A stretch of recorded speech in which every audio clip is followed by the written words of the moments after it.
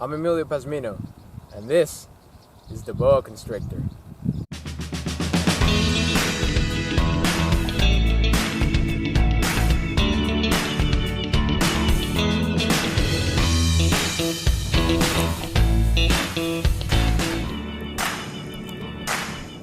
So last night, I was doing a routine inspection on the aquarium fish we have here on the ranch, when I noticed a tail sticking out from behind a tank.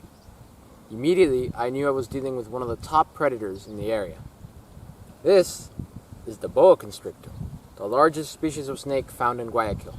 This right here is a gorgeous specimen. It appears that she shed recently.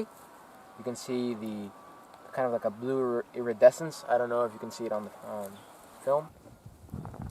And I know it's a she because if you look over here, I'll show you. Right here near her cloaca. If it were male, it would have like two little claws around here called spurs. It's a female. For a boa constrictor, she's actually not that big. Let's see, I'll hold her up. I would say she's about 5 feet maybe. They usually grow at around 10 feet in length. But there have been some females that reach about 14 feet, so she still has a lot to grow. These guys, their primary food source are rodents. They will hunt them at night, and I suspect that's the reason she was actually near the fish, is because there are rats that get in there at night to eat the fish feed. So she was probably hunting them when I found her. To hunt their prey, these guys have specialized cells near their mouth that they use to detect heat, kind of like a pit viper does. They will slowly creep up on their prey and then quickly strike and latch on. They are constrictors, which means that they wrap around their prey and squeeze it. Previously, it was believed that the prey died due to respiratory failure, that they would lose all the air and then they would suffocate. However, recent studies show that the way their prey actually dies is by cardiac arrest, because they get squeezed so hard that their blood pressure goes completely haywire, and eventually their heart stops.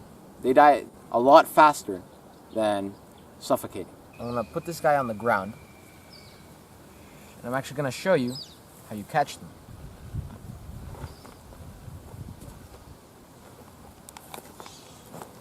So you can see he's pretty calm right now, so I'm hoping he doesn't get aggressive.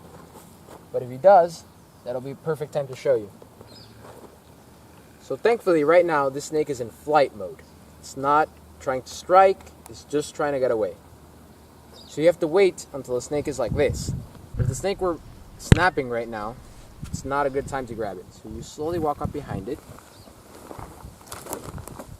And in one decisive but quick move, you, 1, 2, 3, pin down the head. Then you grab it like so. And there you go. You have your snake. Now, you have to put it in the bag.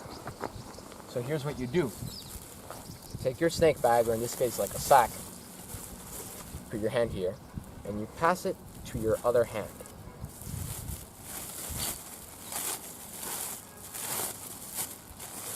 Then, you flip it, and make sure you get all the body of the snake in there.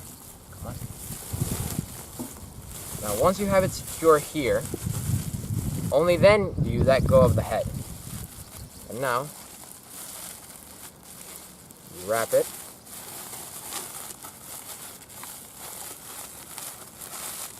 And there you go. A snake in the bag. Many people are afraid of snakes, especially one of this size. However, there's no need to be afraid of these snakes. For one, they're not venomous.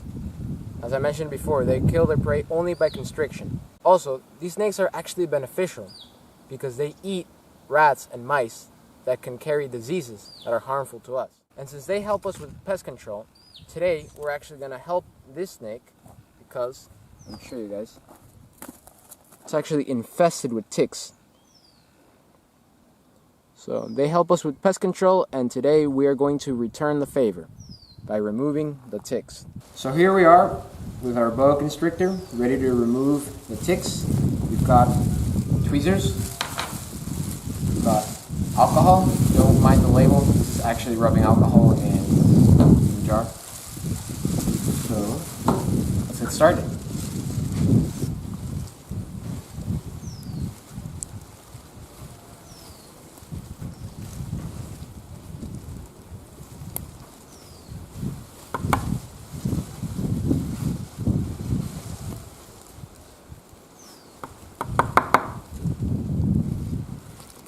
So I think those were the two largest ones.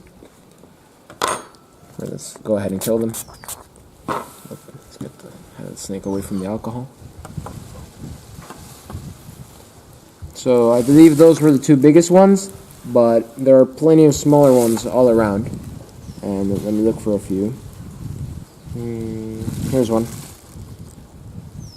These ones are harder to get because they're so small.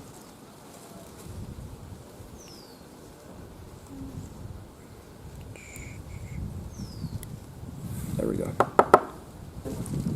The snake appears to have a wound. It might have actually been these ticks that were very persistent and damaged the scales. So we're done removing the ticks, and I'm happy to report that we removed about 30 ticks off this poor snake. I'm sure that there are a few that I missed, but this is definitely the majority. Well, it's time to let this guy go.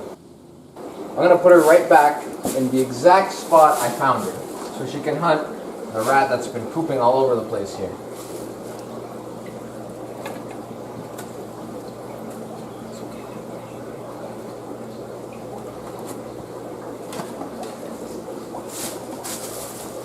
Till next time.